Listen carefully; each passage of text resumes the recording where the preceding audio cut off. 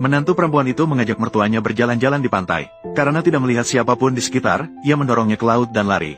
Mertuanya meronta-ronta di tengah ombak, menelan air tawar. Ia berteriak, "Aku akan mati. Apa yang akan terjadi pada putri bungsuku? Aku bahkan belum melihatnya menikah. Siapa yang bisa menyelamatkanku?" Tepat saat itu, seekor kura-kura raksasa, lebih besar dari perahu kecil, berenang dari jauh, menghampirinya, dan dengan mantap mengangkatnya ke punggungnya. Lelaki tua itu pulih dan berterima kasih kepada kura-kura karena telah menyelamatkan nyawanya.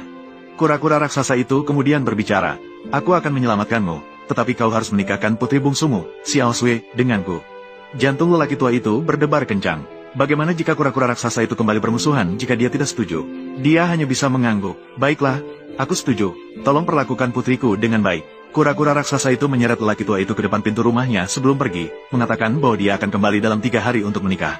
Begitu lelaki tua itu masuk rumah, dia memberitahu putri bungsunya, Xiao Sui, tentang hal itu. Dia mendengarkan tanpa berkata apa-apa. Dia sendiri jelek, dengan bintik-bintik hitam besar di seluruh wajahnya, dan biasanya tidak berani keluar untuk bertemu orang. Ia takut penampilannya akan menakuti kura-kura raksasa itu, dan jika kura-kura itu berubah pikiran dan membalas dendam, ayahnya akan menderita lagi. Jadi ia berkata, "Ayah, aku akan menikah dengannya. Aku akan mengenakan kerudung merah di kepalaku agar tidak menakutinya." 3 hari kemudian, kura-kura raksasa itu benar-benar datang. Putri bungsunya, Xiao Sui, mengenakan kerudung merah, menunggangi punggung kura-kura raksasa itu. Ketika kerudung diangkat selama upacara pernikahan, kura-kura raksasa itu memandang putri bungsunya, Xiao Sui, dan tidak menunjukkan rasa jijik. Ia bahkan berkata, "Penampilan tidak penting. Ketulusan adalah hal yang paling berharga." Menantu perempuan Xiao Fang mendengar bahwa putri bungsunya menikah dengan kura-kura. Setiap hari dia mengobrol dengan orang-orang di desa. "Kalian tahu tidak, adik ipar saya menikah dengan seekor kura-kura. Mulai sekarang dia adalah istri kura-kura." Beberapa hari kemudian kura-kura besar dan Xiao Sui pulang membawa banyak hadiah. Tinggal beberapa hari dan sangat berbakti kepada kakek. Suatu malam, kakek menarik kura-kura besar ke dalam rumah, merendahkan suaranya dan berkata, "Kamu harus baik kepada putri bungsu Xiao Sui. Ketika saya tua, saya akan membagikan emas warisan keluarga kepada kalian." Siapa sangka kata-kata ini kebetulan didengar oleh menantu perempuan Xiao Fang di luar pintu. Dia mendobrak pintu dengan kaki.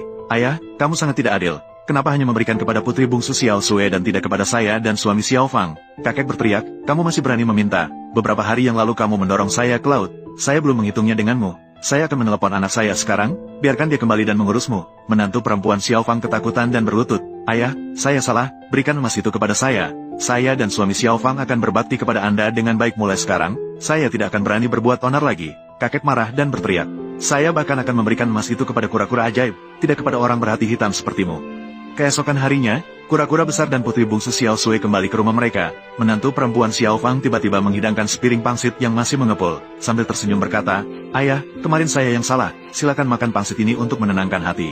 Sang kakek merasa bingung mengapa dia begitu baik padanya, lalu mengambil pangsit dan memakannya. Tak lama kemudian, dia merasa pusing dan jatuh ke tanah pingsan. Ternyata, pangsit itu sudah diracuni. Menantu perempuan Xiao Fang semalaman menguburkan sang kakek, dan bahkan mengambil emas itu untuk disembunyikan.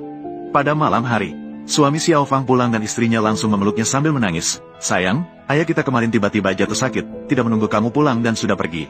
Saya takut kamu sedih, jadi saya sudah menguburkannya." Suami Xiao Fang merasa ragu, segera menelepon putri bungsu Xiao Sui.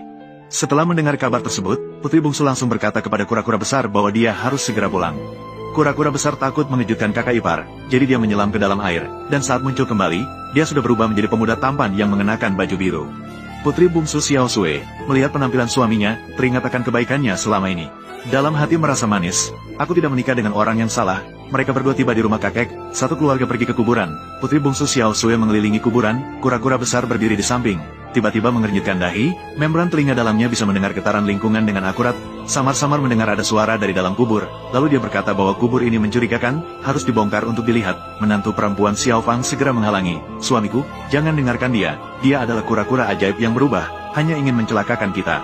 Kura-kura besar tidak menghiraukannya, mengangkat tangan melakukan sihir, mengikat menantu perempuan Xiao Fang di pohon sebelah, lalu berubah kembali menjadi bentuk kura-kura besar. Dalam beberapa saat membongkar kubur, membuka peti mati dan kakek ternyata masih hidup. Kebenarannya langsung jelas, menantu perempuan Xiao Fang adalah yang menginginkan senjata pusaka, sehingga mencelakakan mertua. Suami Xiao Fang bergetar seluruh tubuhnya, langsung mengirim menantu perempuan Xiao Fang ke penjara. Pemerintah menyelidiki kebenaran, menghukum menantu perempuan Xiao Fang. Kemudian kura-kura besar dan putri bungsu Xiao Sui memiliki 2 anak. Satu keluarga berempat dan kakek, hidup bersama dengan riuh. Orang-orang di desa berkata semua ini karena kakek yang baik hati, putri bungsu Xiao Sui yang baik hati, sehingga mereka mendapatkan balasan dari kura-kura besar.